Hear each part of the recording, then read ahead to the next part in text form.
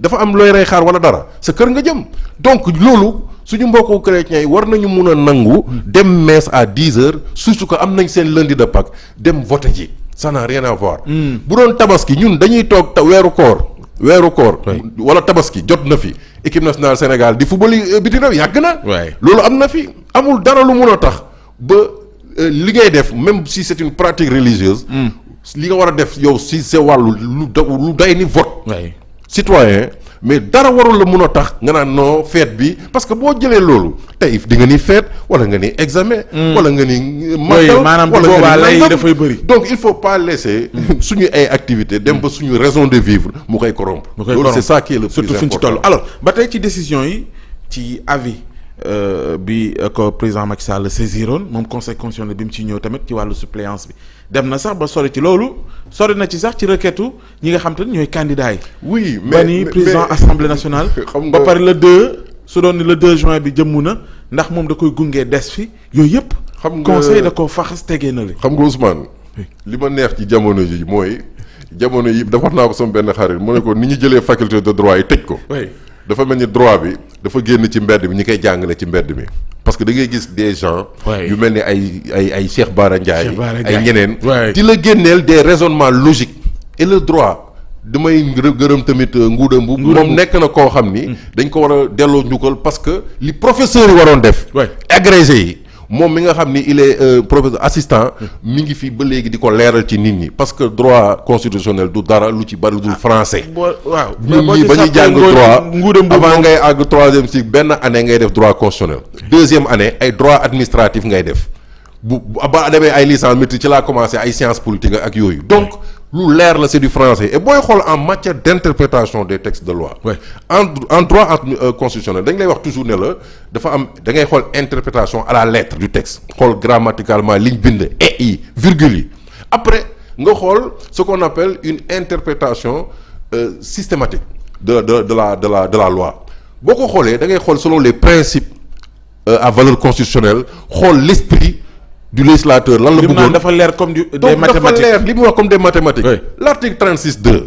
justement mais boo koy xool dañ ko bind mais li ñu njëkk a bind lan la. mooy le président de la république élu day entrer en fonction dès la proclamation du résultat bu ñu ko élire il est entré en fonction léegi ñi ne comme prêté gul serment le droit aborde le vide maanaam munoo bàyyi vide juridique.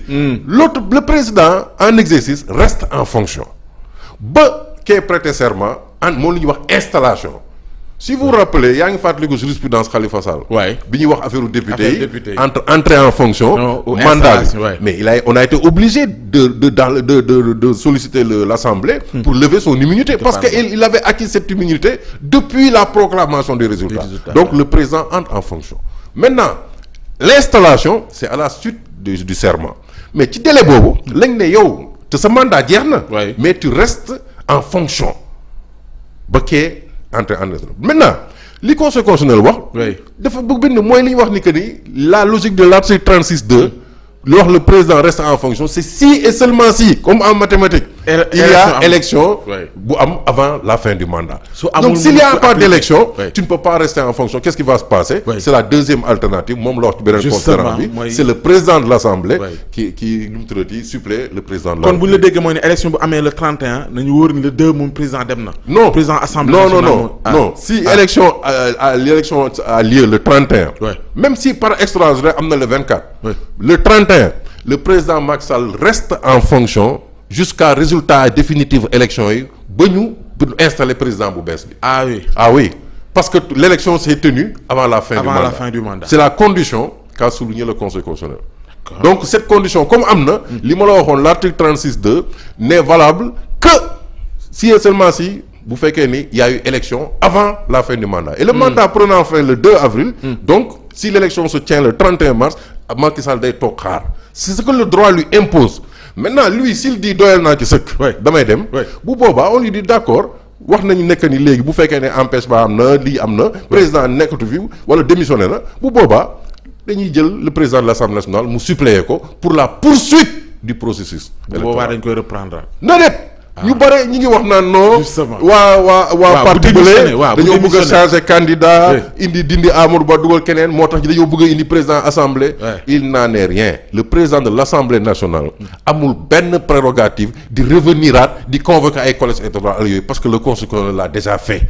la preuve en est que président bi nee nañ ko ci décision bi processus bi li ñu signé woon au début même sax bulletin wu 25 février moom la ñuy utiliser di ko même bulletin nee na leen même matériel bi bi nga xam ne moom la ñuy utiliser woon kon ñi doon xalaat naan techniquement est-ce que c'est faisable parce que maa ngi gis ñoom Ndiaga Sylla sax des experts électoraux yoo xam ne le Conseil constitutionnel a coupé l'herbe sous les pieds à toutes ces personnes là qui faisaient dans le dilatoire le conseil leur a coupé l'herbe sous les pieds daf leen a tënk nee na leen matériel bi. même bulletin yi ngay voté. bulletin 25 février mais ma jox la exemple Ousmane. CAN Coupe d'Afrique bi passé. ñoo ngi lan 2024. 2024 mais CAN la lañ doon wax CAN 2023. parce que les dates bu ñuy d'abord. parce que gis nga date yi bu ñu ko décidé. ba yóbbu FIFA ba mu dugg ci ordinateur yi fu ne. munoo delluwaat di gom faase lu ne. da ngay obligé jël même yaa ngi 2024 mais CAN 2023 nga gagné. mais leeral nga mu am solo loo xam te ne dafa nekkoon ci jiixi jaaxe dañ doon wax ni bu ñu lijjantee mbiru date yi léegi mu ñëw nag ci faisabilité ndax toll nañ foo xam te ne dañuy reprendre comme ñu wax impression yeeg yu mel noonu ñu bëri dañ doon poser cette question mais ndeke soo delluwaatee ci décision conseil constitutionnel moom lijjanti na loolu yëpp. xam nga li ma neex ci conseil constitutionnel décision yi mu jël.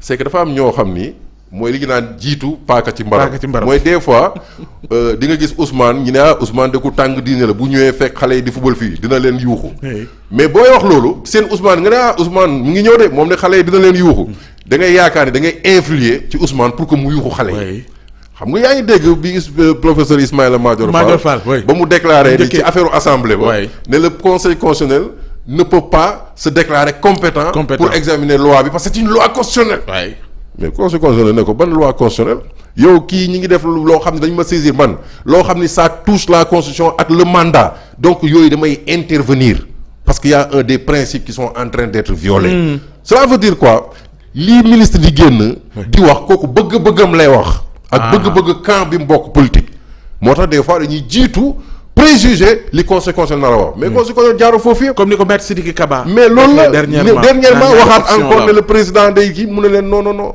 daal di génne leeral. parce que da doon wax ni mën na interpréter comme ni nga wax ni 36-2 bi. mais voilà moo tax nag mu jël décision une décision historique wax interprétation article 36-2 bi leeral ko ni ko nit ñi doon expliquer. ne leen que ni si et seulement si y a une élection qui s'est tenue avant la fin du mandat ci lay article 36-2 di appliqué wu.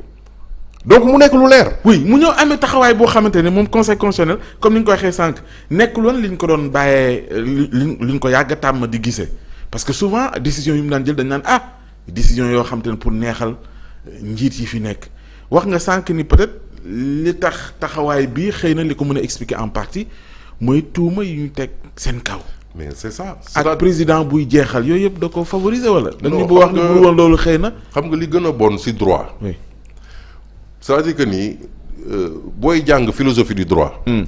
c'est-à-dire dafa am loo xam ni règle yi nga xam ni ñëpp ko tënk d'accord ko. loolu mooy légalité mais bu fekkee dafa am ñoo xam ni le droit dañuy xool toujours seen intérêt ñu jéem a tordre les règles pour mu nekk ci adapté wu seen cas. ba mu amee ci république yi njëkk ca Rome ña ko defoon dañoo yeewu parce qu'il y avait ce qu'on appelait les patriciens et les plébéiens plébéiens mooy le petit peuple quoi.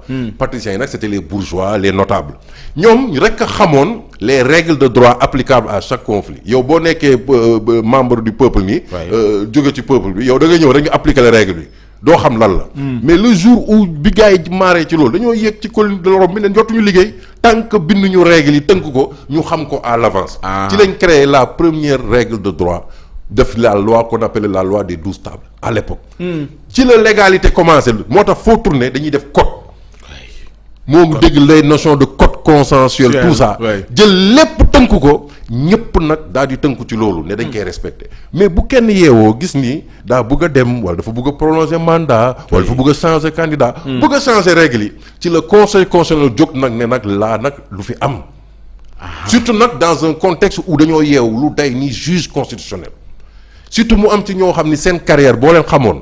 parce que ñii di jëflanteeg tribunal. xam nga yow man je suis pas constitutionnaliste. mais man je vis dans le droit des sociétés.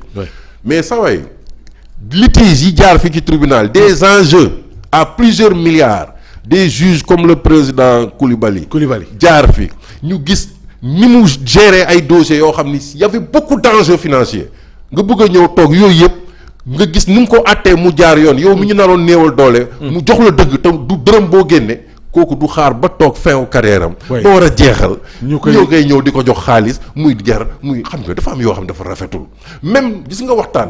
am na ci Sénégal yoo xam ne bu xewee ci biir kër sax booy boole loolu sax dañ koy nëppal pour bañ mu jëm kaw. ndax waa kër gi yëpp la ñuy tam. bu boobaa tey Sénégal foo dem ci monde bi dañ ñuy caricaturer naan démocratie boo xam